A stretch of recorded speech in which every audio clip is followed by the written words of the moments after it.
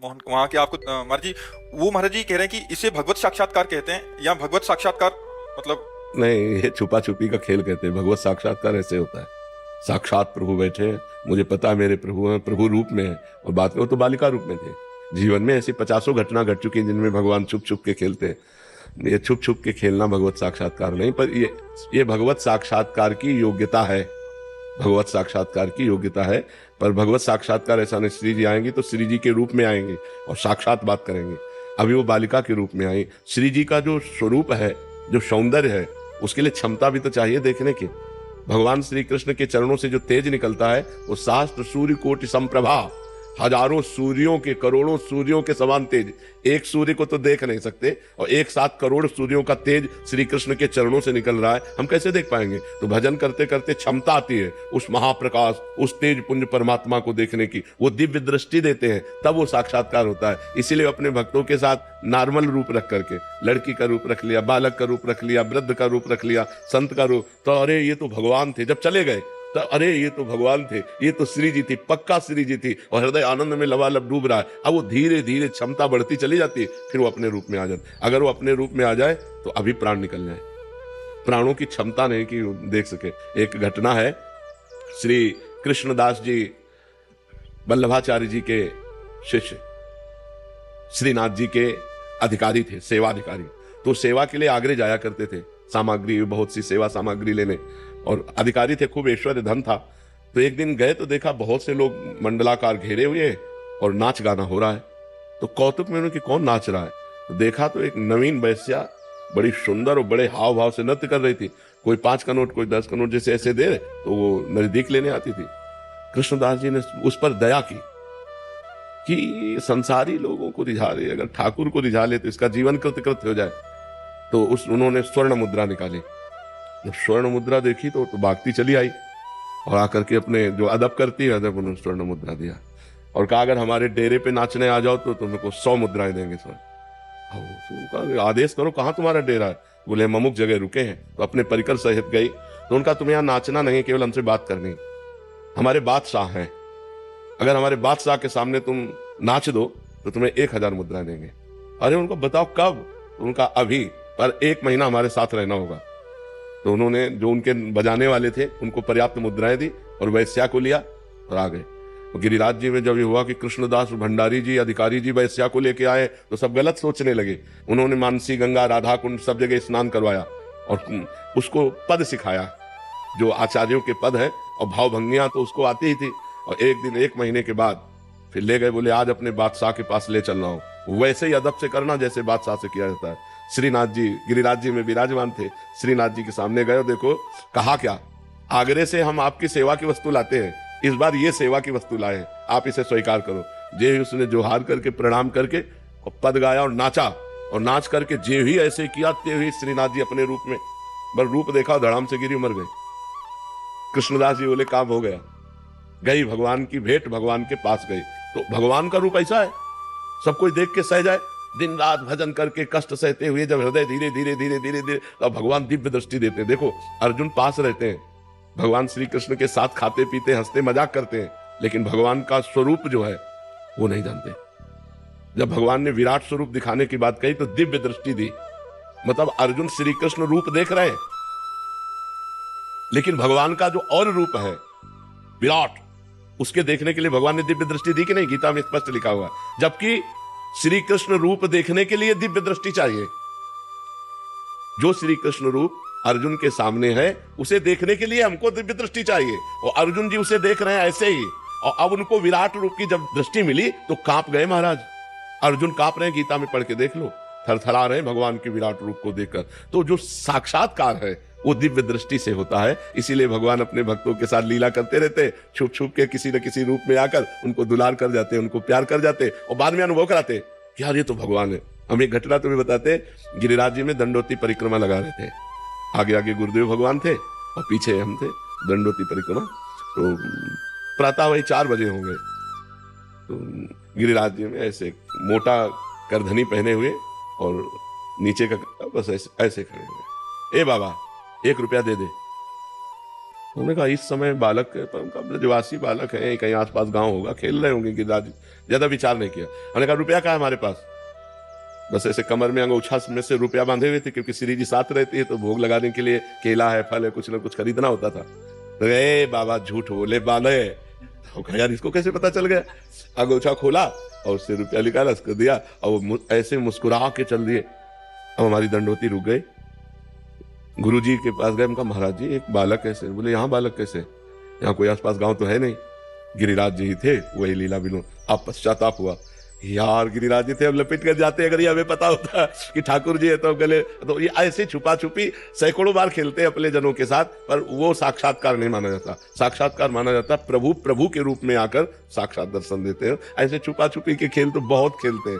जब पूरा जीवन भगवान को अर्पित है तो वो कहीं ना कहीं किसी न किसी रूप में, जहां जहां मेरा भक्त चरण रखे वहां वहां रखूं हाथ, पीछे पीछे मैं फिरूं, कभी न छाड़ूं साथ, बिल्कुल ऐसे। और एक भक्तिदीप महाराज जी थे, तो यहाँ वृंदावन में जब हम परिक्रमा लगा के आए तो यमुना किनारे बैठे हुए थे, तो उन्होंने, बड़े सिद्ध महापुरुष हैं, उन्होंने कहा कि बाबा तुम्हें श्री कृष्ण के दर्शन हुए? तो कहा नहीं महाराज जी। बोले नहीं हुए? गिरिराज जी की परिक्रमा में तुम्हें नहीं हुए?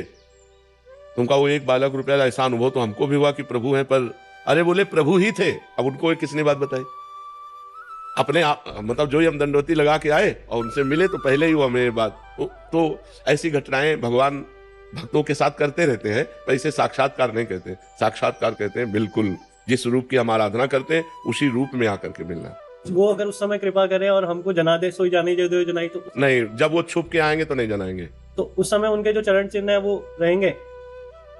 अगर चरण चिन्हों से उनकी पहचान हो सके किसी तरीके से तो प्रभु, वो ऐसी लीला करते उस समय बुद्धि काम नहीं करती। जैसे जब ये कि अब हमारी बास की तो व्यवस्था थी नहीं, गरीब बाबा जी, तो ऊपर जाकर मदन मोहन जी का मंदिर है ना, ऊपर शिखर के पास, दोपहर का समय था। अब एकांत समय तो एकदम आर्त भाव आया, रोए कस के कि हमें वृंदावन वास नहीं मिलेगा, क्योंकि हमारा कोई परिचय नहीं, हमारे पास अर्थ नहीं, और आश्रमों में अलग व्यवस्था होती है। वो बहुत रोए। फिर आया चलो अब काशी चलते हैं, क्योंकि अब वहीं घाटों पे जीवन व्यतीत हो रहा था। जे ही नीचे उतर के आए तो इतनी बड़ी गोरी सी बालिका, हम उस समय लाल वस्त्र भगवा वस्त्र पहनते थे, ऊपर का वस्त्र का छोर पकड़ा और वह घूमने लगी ऐसे और कह रहे जाएगो बाबा, जाएगो बाबा। तो नए नए हम आए थे तो ब्रज भाषा तो समझ में आया थी, कैसे जाएगो। तो हम कहा यहाँ किसी गोस्वामी की बच्ची होगी, और ऊपर से रो के आ रहे थे तो कहीं कोई रति थी नहीं। हम कहा यहाँ किसी गोस्वामी की बच्ची होगी, खेल खेल में ऐसे पकड़ रहे। तो हम कहा जा हट जा बच्चा, हट जा बच्चा। बोले जाएगो बाबा। और हम उस समय ये समझ ही नहीं पा रहे कि ऊपर हम बात करके आ रहे हैं प्रभु से और इधर हमसे प्रश्न किया जा रहा है, और ऐसे चल दिए। जो ही हम गए तो जिस आश्रम में रुके थे वहां एक संत खड़े थे। उन्होंने कहा बाबा तुमको बुलाया है। तो हम कहा हम तो जानते नहीं। बोले तुम्हें देखा है, वो बुला रहे हैं। तो उनका किस लिए? बोले आप चलो। तो उन्हीं के साथ चले गए। तो उन्होंने, गौशाला थी और एक कमरा बना हुआ था बहुत बढ़िया। बोले यहाँ दूध पियो, मठा पियो आराम से, और यहाँ रह जाओ। अरे हम कहे तो भगवान की, तब हमें एकदम वापस ध्यान आया कि वो जाएगो बाबा। हम कहे तो श्री जी थी। भागे, वहां दौड़ के गए, आसपास पूछा, वहां कोई गोस्वामी पर कर ले रहता हुआ तो सब संत जन रहते। अरे हम कहा यार धोखा हो गया। श्री जी ऐसा आई और उनको छुआ भी नहीं। वो हमारा वस्त्र अब बालिका रूप में थे। अगर हमें पता हो कि वृंदावनाधीश्वरी लीला कर रही तो उसी समय गले लगा, पर वो बहुत चतुर है। जब तक वो सामने रहेंगे तब तक संशय रखते हैं कि पकड़ न पावे, और जहां वो अलग होते तब पक्का विश्वास हो जाता है कि प्रभु ही थे। ऐसा होता है। आशीष पंचाल जी, मध्य प्रदेश से। राधे राधे। राधे राधे महाराज जी। महाराज जी आप कह रहे हैं कि क्या निष्काम भाव से की गई भक्ति से ही भगवत प्राप्ति होती है? क्योंकि मेरी तो इस अदम की तो सारी कामनाएं श्री जी पूरी कर रही हैं, तो ऐसे में भगवत प्राप्ति तो हो जाएगी महाराज जी? सभी कामनाएं अपने आप पूर्ण हो रही हैं। वैसे कामनाएं पूर्ण होना ये श्री जी की कृपा का फल नहीं है। कामना ही ना होना ये श्री जी की कृपा का फल है। कामनाएं पूर्ण होती है पुण्य से। किसका? आपका प्रश्न है, आपका प्रश्न है। हाँ, कल कामनाएं जब ना पूर्ण होंगी तब तुम्हें लगेगा श्री जी नाराज हो गए। कामनाएं पूर्ण होना श्री जी की कृपा का फल नहीं है, ये पुण्यों का है। तुम्हारे पूर्व के पुण्य इस समय फलीभूत हो रहे हैं। तुम जो चाहोगे वो काम सफल हो जाएगा, और जब पाप का नंबर आएगा तब जो चाहोगे उसके विपरीत होगा, चाहे 1000 माला रोज करते हो। हमारी बात को गंभीरता से समझना। इसलिए कह रहा हूं कि कल तुम्हारा अविश्वास ना हो जाए। आज तुम्हारे पुण्यों के फल से तुम्हारी कामनाओं की पूर्ति हो रही। श्री जी जब कृपा करेंगे और उनकी कृपा फलीभूत होगी तो तुम्हारे हृदय में चाह ही मिट जाएगी। कृपा का फल होता है अचाह हो जाना। अब जो ही प्यारो करे सो ही मोहि भावे। अच्छा है सब कुछ अच्छा है। जैसे श्री जी चलावे, मेरी कोई चाह नहीं रह गई, ये कृपा है। चाह होना अभी कृपा नहीं है। कृपा का वास्तविक स्वरूप है अचाह हो जाना। गोस्वामी तुलसीदास जी लिखते हैं, जाहि न चाहिए कबहु कछु, कबहु कछु तुम सन सहज स्नेह, बसहु निरंतर तासुर सोराउर निज गेह। जिसको कभी कुछ नहीं चाहिए, प्रभु से भी उसके हृदय में भगवान निवास करते हैं। तो हमारी जो चाह है पूर्ण हो रही है, अच्छा है, हर्षित मत हो, कल नहीं पूर्ण होगी। आप तो साधारण भक्त हैं, अवतारी भक्त। महाराज धर्मराज युधिष्ठिर, अगर इंद्रप्रस्थ का राज्य मिलता है तो 12 वर्ष का वनवास और 1 वर्ष का अज्ञातवास भी मिलता है। बड़ा विचित्र खेल है। जब भगवान के अवतार के समय की बात है, जब भगवान यहां प्रकट में थे, वैसे तो भगवान सर्वत्र है, लेकिन उस समय श्री कृष्ण रूप में प्रकट थे, उन महापुरुषों को कितना कष्ट भोगना पड़ा। क्या उनके ऊपर श्री कृष्ण कृपा नहीं थी क्या? विचार करना। तो आज हमारी अनुकूलताओं की पूर्ति होती है, हम जो चाहते हैं वो मिल जाता है। ये भगवान की कृपा नहीं है, ये हमारे पुण्यों का फल है। क्योंकि कल आज जैसे भक्ति है तो और बढ़ेगी भक्ति, लेकिन कल समस्या आ जाएगी। तब आपको लगेगा क्या भगवान की कृपा हम पर नहीं, भगवान की कृपा पहले भी थी और अब भी है। अब आपके पाप का नंबर चल पड़ा है, तो आपको भोगना पड़ेगा। जैसे हमारे शरीर पे अब पाप का क्रम लग गया, अब उसको भुगताना है। तो अब डायलिसिस, ये वो, कितनी परेशानियां। तो कल तुम्हें जब भोगना पड़ेगा तब तुम्हें अविश्वास हो जाएगा भगवान से कि यार कल तक तो बहुत कृपा थी, जो सोचते थे हो जाता था, आज ऐसा क्यों हो रहा है। तो इसलिए हम सांसारिक लाभ को भगवान की कृपा से न तोलें, अपनी इच्छाओं की पूर्ति को भगवान की कृपा से न तोलें। ये पुण्य और पाप के फल से दुख और सुख आता रहता है। सुख और दुख में समान भाव होना, ये कृपा है। कोई चाह न रह जाना, ये कृपा है। भारी दुख की परिस्थिति है, फिर भी हृदय कह रहा बड़ी कृपा है, भगवान बहुत कृपालु है, हम पर बड़ी कृपा, ये कृपा है। कामनाओं की पूर्ति में तो सब कृपा का अनुभव करेंगे, लेकिन विपत्ति और दुख में कृपा का अनुभव करे सो भक्त। नहीं, बात समझ पा रहे आप? साध्वी अमृतानंद त्यागी जी, राधे राधे। महाराज जी, एक सच्चे भक्त के लक्षण कैसे होने चाहिए? संसार के प्रति कैसा व्यवहार होना चाहिए? परमात्मा से अनन्यता कैसे प्राप्त हो? सत्य भक्त के लक्षण है, पहला लक्षण, सबसे पहला लक्षण गुरु पादाश्रया, श्री सदगुरुदेव भगवान के चरणों का आश्रय। दूसरा लक्षण उनकी आज्ञा का अक्षरशः पालन करना। तीसरा लक्षण सहनशील, दुख सुख में, मान अपमान में, निंदा स्तुति में समान।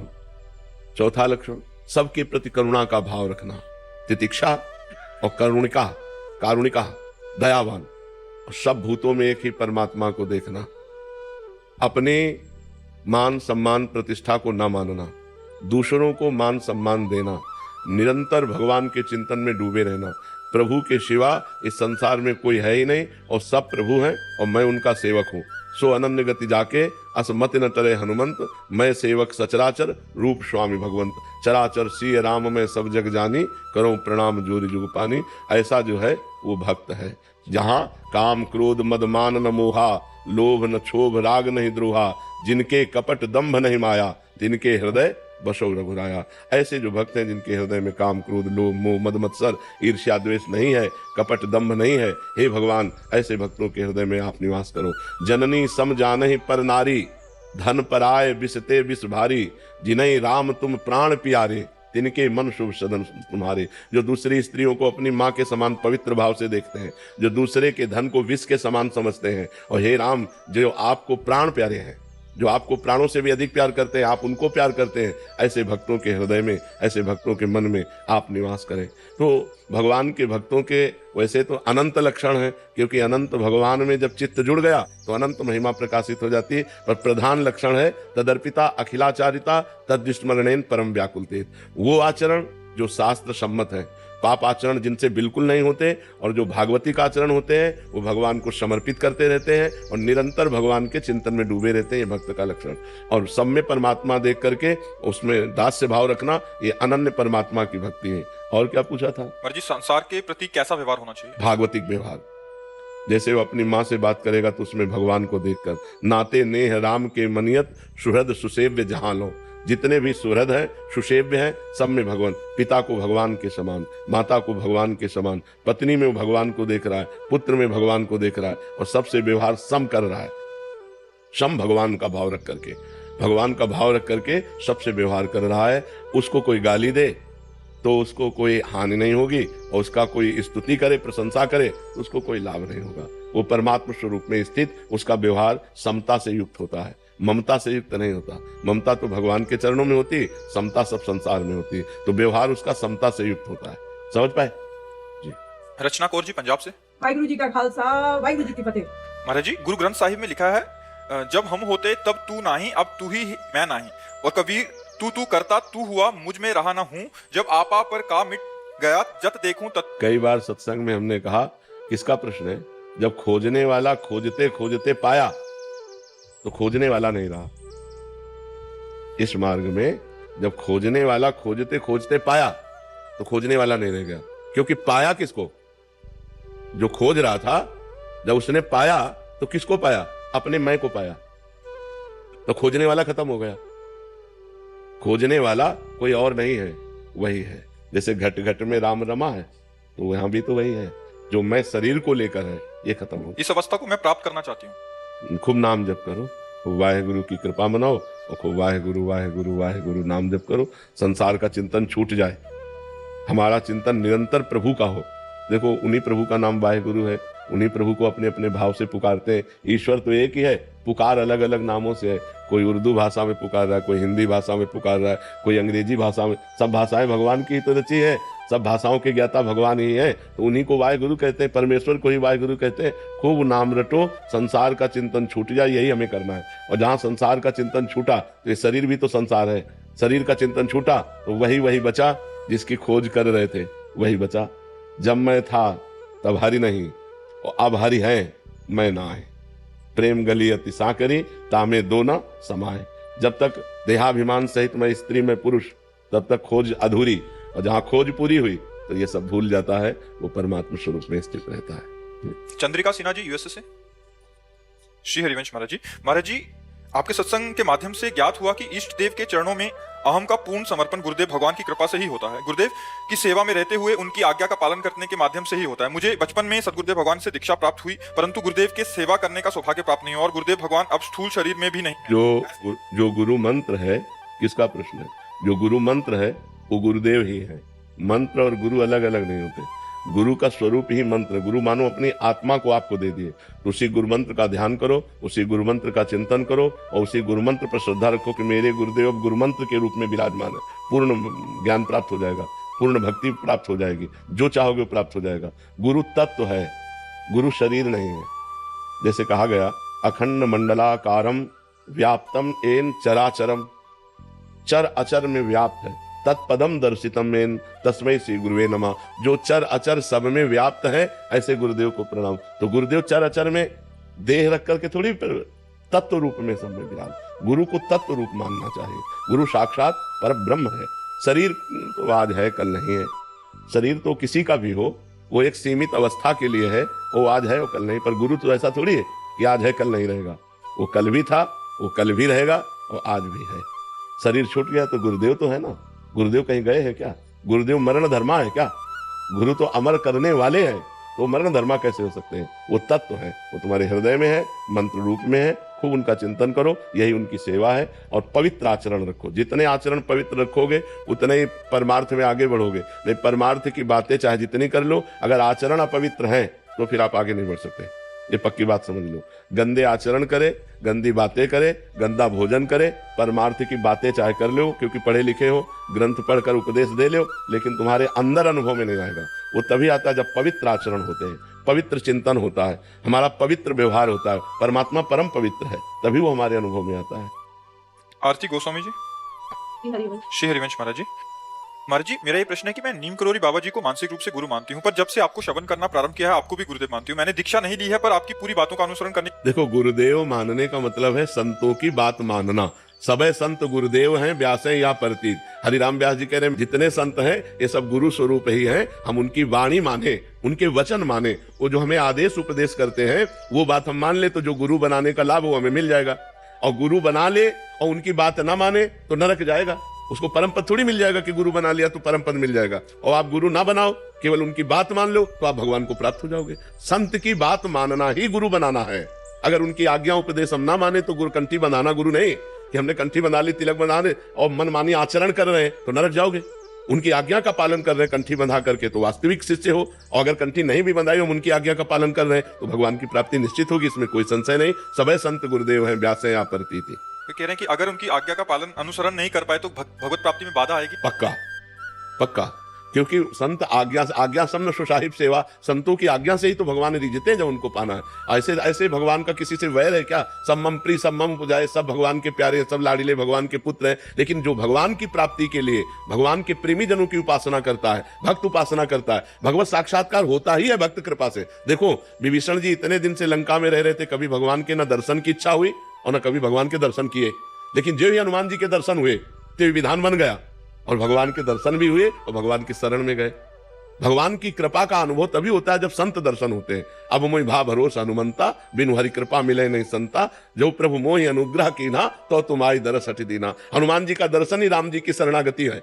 जे ही दर्शन हुआ, संयोग बना, उसने लात मारा रावण ने, वो सबको छोड़ छाड़ कर भगवान श्री राम जी की शरण में आ गए। भगवान का साक्षात्कार किया विभीषण जी ने। भक्त कृपा से ही भगवान का साक्षात्कार होता है। नवीन जी, राधे राधे गुरु जी। राधे राधे महाराज जी। महाराज जी, मैं एक नास्तिक व्यक्ति था, पर जब से आपके दर्शन हुए अपनी माता जी द्वारा जीवन में भक्ति के लिए लालसा जगी, पर माया वो भोग बार बार मन को गिराने की कोशिश करते हैं। नाम जप, जितना अधिक नाम जप करोगे उतना ही तुम्हारे को अध्यात्म बल प्राप्त होगा और उतना ही तुम विकारों से बच पाओगे। अगर नाम जप नहीं है तो वाचिक ज्ञान से माया पर विजय प्राप्त नहीं की जा सकती। नाम नाम, जितना नाम जप करोगे उतना ही तुम बलवान बनोगे। मन कह रहा है ये क्रिया करो, आप कहोगे नहीं तो आप जीत जाओगे। मन कह रहा है ये क्रिया करो, आप कह रहे हो नहीं, नाम जप नहीं है, तो घसीट के ले जाएगा। नहीं नहीं कहते रहोगे और वो जो चाहेगा वो करवा लेगा। यही हो रहा है। हाँ, कोशिश करता हूँ लेकिन कुछ ना कुछ हाँ गलत हो जाता है। वो तब तक होता रहेगा जब तक नाम बल एकत्रित नहीं होगा। खूब नाम जप करो, इतना नाम जप करो कि पूर्व के पाप नष्ट हो जाए और ये पाप प्रवृत्ति जड़ से नष्ट हो जाए। नाम जप से सब, हम आपको स्पष्ट कहते हैं कि जब मरा मरा बोले, राम राम बोलने की जिनकी अभ्यास वृत्ति नहीं थी तो मरा मरा बोलकर ब्रह्म ऋषि हो गए। इतना बड़ा इतिहास रच दिया वाल्मीकि रामायण। तो आप लोग विश्वास करो, आप तो राम राम बोल सकते हो, आप कृष्ण कृष्ण बोल सकते हो। कौन सी सामर्थ्य ऐसी नहीं जो भगवान के नाम में न हो?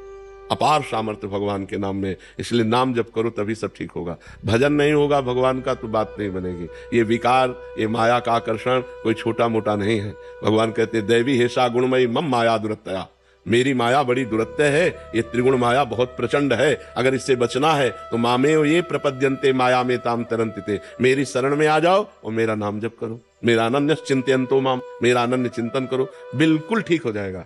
बिल्कुल विश्वास करो। समय ऐसा जिस समय मतलब प्रभु का चिंतन अच्छे से हो जाए। मैं मतलब काम करता हूँ, मतलब मेरी दुकान है। हमारी बात समझो, दुकान में हर समय ग्राहक थोड़ नहीं बने रहते। जिस समय ग्राहक है तो उसमें भगवान की भावना की और ईमानदारी से मुनाफा लेकर उसको सामान दिया। इसके बाद बैठे राधा राधा राम राम कृष्ण कृष्ण, जो नाम प्रिय है वो नाम जप करे, क्या परेशानी है? हर समय दुकान में ग्राहक ही तो नहीं बने रहते, हर समय भीड़ तो नहीं लगी रहती। जब ग्राहक आवे तो सौदा दे दो, नहीं एकांत में बैठे नाम जप करो, क्या परेशानी है? ठीक है। जय हो पतित पावन संत भगवान।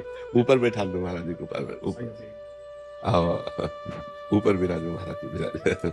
बहुत दिनचर्या में तो बहुत परेशानी होती है। जी आप की कृपा है, आप ये आशीर्वाद करिएगा कि बस किसी के मोहताज न हो। अभी सारी क्रिया स्वयं होती, किसी के आश्रित ना हो जाए ऐसा। हमें तो देख के एकदम, आप जी की कृपा से 11 परिक्रमा की है नर्मदा जी की। नर्मदा जी की स्वयं गाड़ी चलाई और एक पैदल के 3 साल लगे थे। पैदल नर्मदा जी की परिक्रमा, संतों की लीला संत ही जाने। बहुत बड़ी बात है। 12 ज्योतिर्लिंग की। अच्छा, लगभग भारत में। हाँ यही आशीर्वाद है, आप जी की कृपा बनी रहे कि किसी के मोहताज से। हाँ बिल्कुल बिल्कुल। आश्चर्य है नर्मदा जी की परिक्रमा का, आश्चर्य। हाँ मतलब सर्वाश्चर्य है। ये केवल भगवान की कृपा से ही संभव है। हाँ बहुत बड़े दिनों से आप जी की दर्शन की लालसा थी। जब श्री जी की दर्शन देने आए आप कृपा करके। हमें बहुत सुख मिला, बहुत सुख मिला दर्शन से। महाराज जी आप जी की कृपा से आदि कैलाश ओम पर्वत की यात्रा पूरी हुई है। एक बार और करनी। हमें तो सर्वाश्चर्य में लगता है कि आप नर्मदा जी की परिक्रमा हो, ये सब बड़ी कृपा है। मुझे आपसे कुछ चाहिए, जो आपकी इच्छा हो, कुछ भी। एक श्री जी की चुनरी ले आओ, जल्दी लाओ। श्री जी की, ये हमारी लाडली जी की चुनरी है, आप ला लीजिए। बहुत सुख मिला, बहुत सुख मिला। भगवान सर्वमंगल में है। महाराज जी बच्चा हमेशा सेवा में रहता है। अच्छा, बहुत सुंदर। तो एक दुपट्टा उसको भी दे दे। बहुत यार, तुम्हारे भाग्य बहुत बड़े हैं। संत सेवा, गुरु सेवा, ये जीवन में सब कुछ, सब आज नहीं तो कल सब छूट जाएगा, लेकिन ये तुम्हें उठा देगा, लोक पर लोक हर जगह उठा देगा। ये जो संत सेवा है ना, बस प्राणपन से करते रहो, देखना है इसकी जो बाद में फीस मिलेगी ना, वो निहाल कर दे। नहीं, बहुत बहुत हमारा हृदय आह्लादित हुआ आपके दर्शन से। शिवराज प्रकाश पाटिल जी, महाराष्ट्र से। सीताराम। श्री सीताराम महाराज जी। महाराज जी, भगवत गीता में श्री कृष्ण जी कहते हैं, ममे वांछो जीव लोके जीव भूता सनातना, परंतु ब्रह्म सूत्र कहता है ब्रह्म सत्यम जगन मिथ्या। तो क्या महाराज जी, ये संसार वास्तव में मिथ्या है या फिर जुगल सरकार की लीला भूमि का ही विकृत प्रतिबिंब है? नहीं, ब्रह्म ज्ञान प्राप्त करने के लिए पद्धति है। जैसे किसी सवाल हल करने के लिए पद्धति होती है ना, ऐसे ब्रह्म ज्ञान प्राप्त करने के लिए पद्धति, अन्वय और व्यतिरेक। अन्वय है, व्यतिरेक ये नहीं है। तो है तक पहुंचने के लिए हम जगत में फंसे हैं, व्यक्ति, वस्तु, स्थान। हमको इससे आसक्ति हटानी है, तभी हम है को जान पाएंगे। जैसे भक्ति में जननी जनक बंधु सुतदारा, तनु धन धाम सुहृद परिवारा, सबकी ममता ताग बटोरी, मम पद मनहि बांध बरडोरी। माता पिता भाई बंधु पुत्र परिवार पत्नी, सबकी ममता को एकत्रित करके मेरे चरणों में बांध दो, बस हो गए, तुम हमारे भक्त बन गए। सबकी, सब में प्रभु हैं, पर प्रभु ही कह रहे हैं सबकी ममता, सबसे आसक्ति हटाओ, सबसे ममता हटाओ और मेरे चरणों में करो। ऐसे ब्रह्म ज्ञान में है। पहला है ब्रह्म सत्यम जगन मिथ्या। ये जो तुम देख रहे हो ये सब मिथ्या है। तुम सच्चिदानंद को थोड़ी देख रहे हो, तुम पांच भौतिक रचना माया की देख रहे हो, जो न थी न है न रहेगी। जैसे स्वप्न देखा तो स्वप्न न था न है न रहेगा। स्वप्न का रसगुल्ला सत्य होता है क्या? स्वप्न की पिटाई सत्य होती है क्या? स्वप्न का सुख दुख जैसे मिथ्या होता है, तो उमा कहूं मैं अनुभव अपना, सत हरि भजन जगत सब सपना। भगवान शिव ज्ञान समुद्र है, वो अपना अनुभव कह रहे हैं। तो जब हम व्यतिरेक पद्धति से चलते हैं, ये नहीं है, ये नहीं है, ये नहीं है, तो जो नहीं है उसमें भी है शब्द है ना, तो जब है में पहुंचते हैं तब वहां से देखते हैं तो सर्वम खलविदम ब्रह्म नेना नास्ति किंचन। सब कुछ ब्रह्म है, ब्रह्म के सिवा कुछ है नहीं। पर ये पहले नहीं, पहले उसका विभाग किया गया है, एक मायाकृत, प्राकृतिक और एक चिदानंद। तो इसी में चिदानंद विराजमान है। जो भगवान का चिदानंद अंश है वो है, और जो माया प्रकृति है ये जादू है नहीं। जैसे तुम्हारा ये रूप सृष्टि में पहले कभी नहीं था और कुछ दिन बाद ये कभी नहीं रहेगा।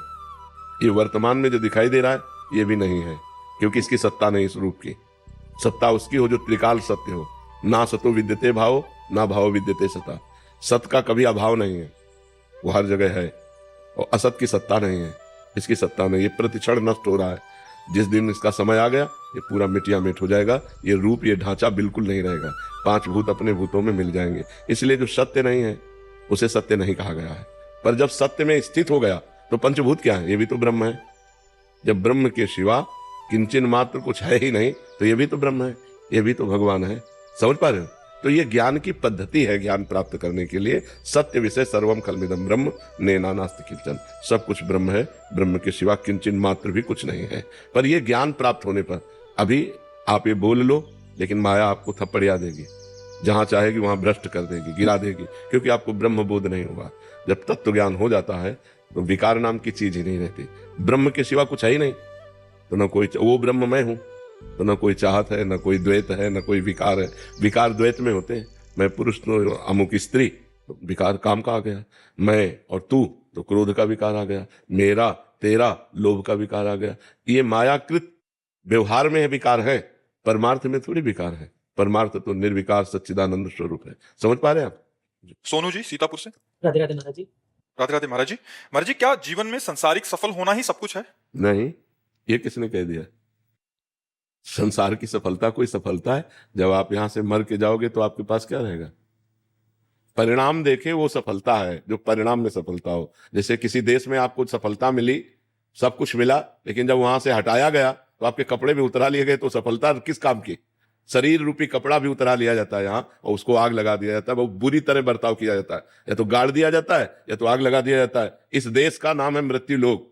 आपके पास एक भी पैसा नहीं जाने वाला, एक भी व्यक्ति नहीं जाने वाला, कोई पद नहीं जाने वाला, किसी भी तरह का कुछ भी नहीं जाने वाला। तो इस देश में तो बहुत सावधान रहना चाहिए। बहुत बढ़िया मकान बना लिया, बैंक बैलेंस कर लिया, बड़े पदाधिकारी हो, लेकिन मरोगे तो आपके साथ क्या जाएगा? बस जो विवेकवान है वो परिणाम देखता है, और जो अज्ञानी है वो वर्तमान को देखता है। वर्तमान में हम मौज से हैं, लेकिन मरने के बाद तुम ही जाओगे अन्य योनियों में, कोई और थोड़ी जाएगा। तुम्हारी सदगति और दुर्गति होगी। तो जो 4 दिन की चांदनी में मुस्कुरा दिया और इसके बाद अंधेरी रात है, फिर क्या करोगे?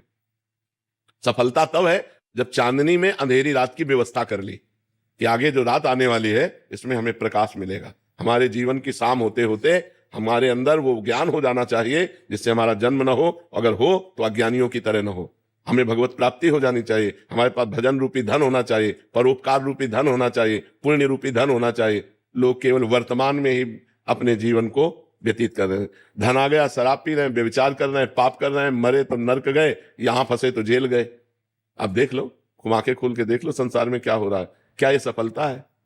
बड़े बड़े पदों में हैं, घूस ले रहे हैं, गंदे आचरण कर रहे हैं, सफलता हुई क्या? वो पद मिला था समाज को सुख देने के लिए। दोषियों को दंड दे करके पवित्र करो और निर्दोष को छोड़ करके पवित्र करो, तब तुम्हारा जीवन सब जगह अपवित्रता भरी है। क्या सफलता? अभी बताओ बच्चा, क्या सफलता? डॉक्टर, मास्टर, न्यायाधीश, वकील, जो भी पद है ये समाज सेवा के लिए है। अगर हम बहुत उत्तम भाव रख करके, धन की प्रधानता ना रख करके केवल सेवा भाव का भाव रखे और जो हमें सरकार फीस देती है उससे जिए, अभी सफलता की तरफ बढ़े। लेकिन बिना अध्यात्म के ऐसी बुद्धि कहां आ सकती है? मनमानी आचरण सब जगह हो रहे, मनमानी आचरण। बिना अध्यात्म के सफलता किस बात? सफलता उसी का है जो धर्म से चल रहा है।